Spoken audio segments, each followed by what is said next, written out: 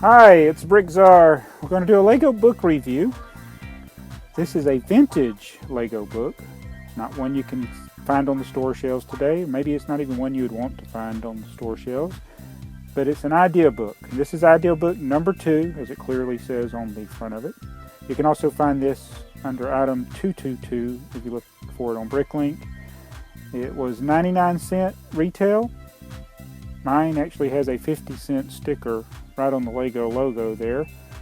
But as you can tell, right under Ideal Book here, it says for ages 3 years and up. So it'll have some simple models, as we even see here on the cover. And this is from a time period. Can anybody guess it? What time period this is? Look at our 2 young people on the cover. And I'll turn it over. Well, no, I'll turn it over to the back. You'll see the year. But look at that hairdo.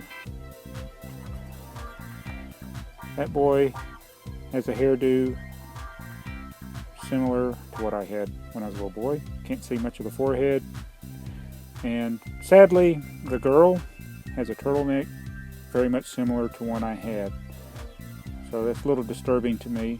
I actually have a class picture where I'm wearing a turtleneck, almost exactly that same color, just like that. So a little disturbing. But anyway, I'll turn it over and you'll see another little boy. But this is from, this one was printed in 1977. 77. I believe this idea book may have actually been made as early as 1975. I remember having this as a kid. Mine is totally worn out.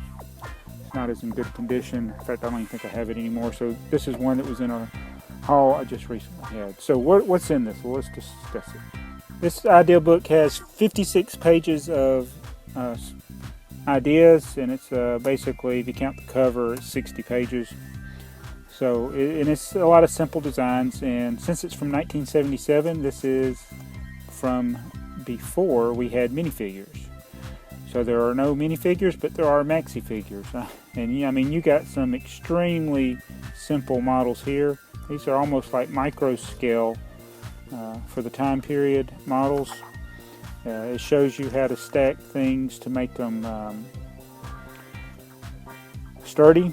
I even like this little micro scale building. Then it's got your Minecraft animals you can make. That's what we always like to call them. It's got your shepherd. And then you see your maxi figures. There's going to be maxi figures all throughout this. We'll go through it real quick.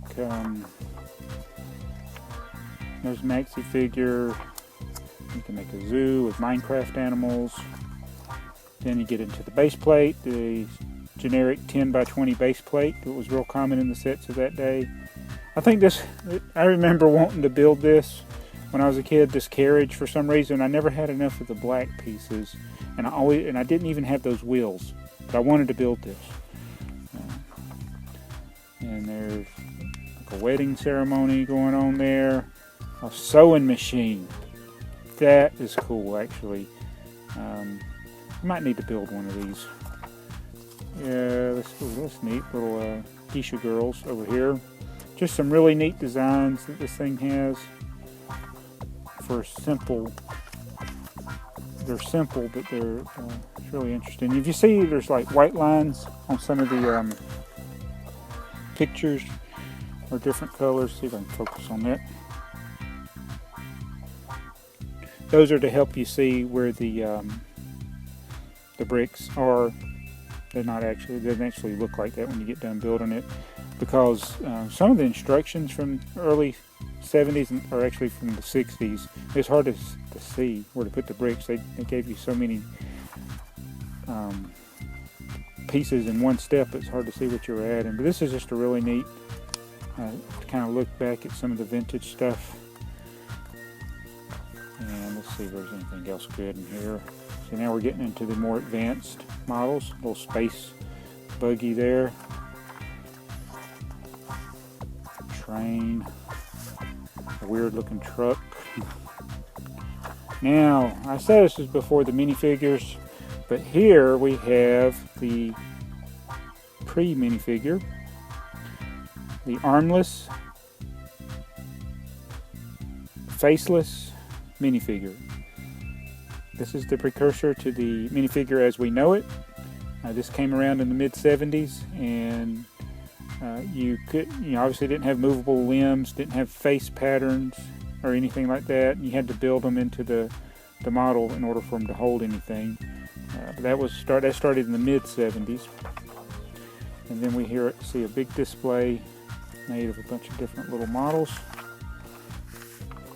And in the conclusion, now there's one little thing in here. It says Susan Williams. It's like Dear Parents, a little letter to you by Susan Williams.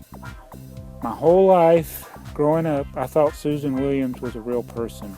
That was a fake name that they gave to somebody to put those little messages in ideal books and catalogs and correspondence, and it was just a made-up name for the representative of Lego here in the U.S., I do believe, or it could have been all over the world. I think it was the U.S., kind of an Americanized type name or something. But anyway, that's Lego Ideal Book 2. I just wanted to go ahead and show it to you. I will review some of the other vintage Ideal books as well, so you can kind of get an idea of what's in them if you want to purchase one that you see on eBay or on Bricklink, because some of these older ones can be real expensive. This one you should be able to pick up relatively cheap. If you pay over $10, you're paying too much. You should be able to even get it for a few dollars. And sometimes, as I end up getting several of them because I get them in lots. Like I'll buy a bunch of stuff and it'll be in there. And this one was actually in good condition. It is hard to find these in good condition. As I said earlier, my personal copy that I originally owned when it first came out when I was a little kid is either destroyed or gone because I looked at it so much. And being that it's just a paperback, the more you look at it, the more worn out it gets. So it is hard to find them sometimes in mint condition. But that's Lego Ideal Book 2. Tell me what you think. Please comment, like, and subscribe. And thanks for watching Bricktsar.